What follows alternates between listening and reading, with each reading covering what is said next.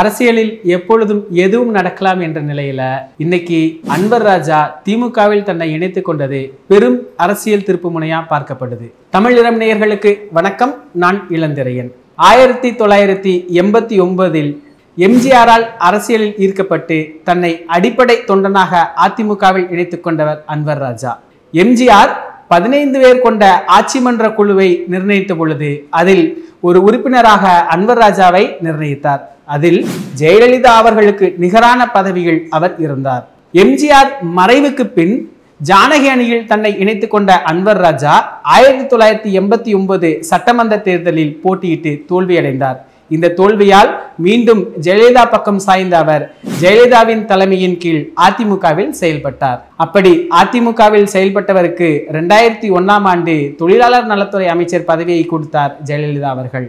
அதிமுகவில் சிறுபான்மையினரின் முகமாக செயல்பட்ட அன்வர் ராஜா 2014 பாராளுமன்ற உறுப்பினராக ராமநாதபுரம் தொகுதியில் போட்டியிட்டு வெற்றி பெற்றார். பிஜேபிக்கு எதிரான கருத்தாக்கத்தை முன்வைத்த அன்வர் ராஜா அவர்கள் அதிமுகவில் ஜெயலலிதா மறைவுக்கு பின் சசிகலா பக்கம் நின்றார்.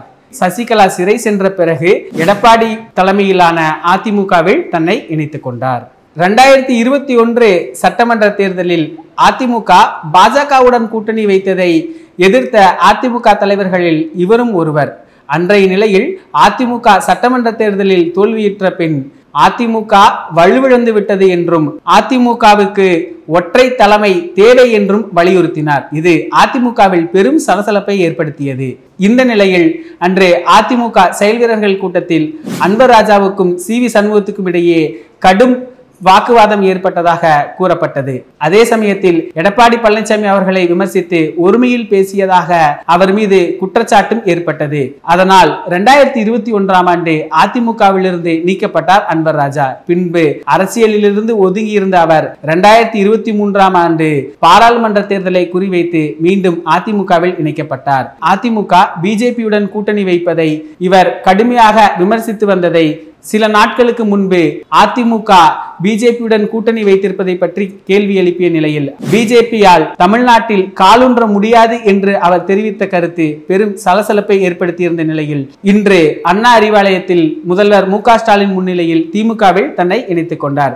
திமுகவில் இணைத்துக் கொண்ட பின்பு செய்தியாளர்களுக்கு பேட்டியளித்த அன்வர் ராஜா அவர்கள் அதிமுக பலவீனம் அடைந்து விட்டது என்பதை மீண்டும் வலியுறுத்தினார். அதே சமயம் அதிமுக பாஜக கூட்டணியில் எந்த இடத்திலும் அமித்ஷா எடப்பாடி பழனிசாமியை முதல்வர் வேட்பாளராக அறிவிக்கவில்லை என்பதையும் தெளிவுபடுத்தினார். அதே சமயம் தமிழ்நாட்டில் எம்ஜிஆர், ஜெயலலிதா, கருணாநிதி போன்று நிகரான தலைவர்களில் மு.க. ஸ்டாலின் மட்டுமே இருக்கிறார் என்பதும் மு.க. ஸ்டாலினுக்கு நிகரான தலைவர் எடப்பாடி பழனிசாமி இல்லை என்பதையும் தெளிவுபடுத்தினார். மு.க. ஸ்டாலின் தான் தமிழ்நாட்டின் அடுத்த முதலமைச்சர் என்பதை உறுதிப்படுத்திய அவர் மேலும் பலர் அதிமுகவில் இருந்து இங்கு வரக்கூடும் என்பதையும் கூறினார். இதே நிலையில பிஜேபியால் எங்களுக்கு சுமைதான் என்று கூறிய முன்னாள் அமைச்சர் ஜெயக்குமார் கூட அடுத்த விக்கெட்டா இருப்பதற்கும் வாய்ப்பு இருக்குது.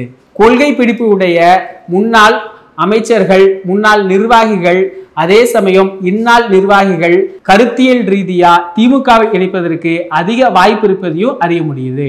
நன்றி, வணக்கம்.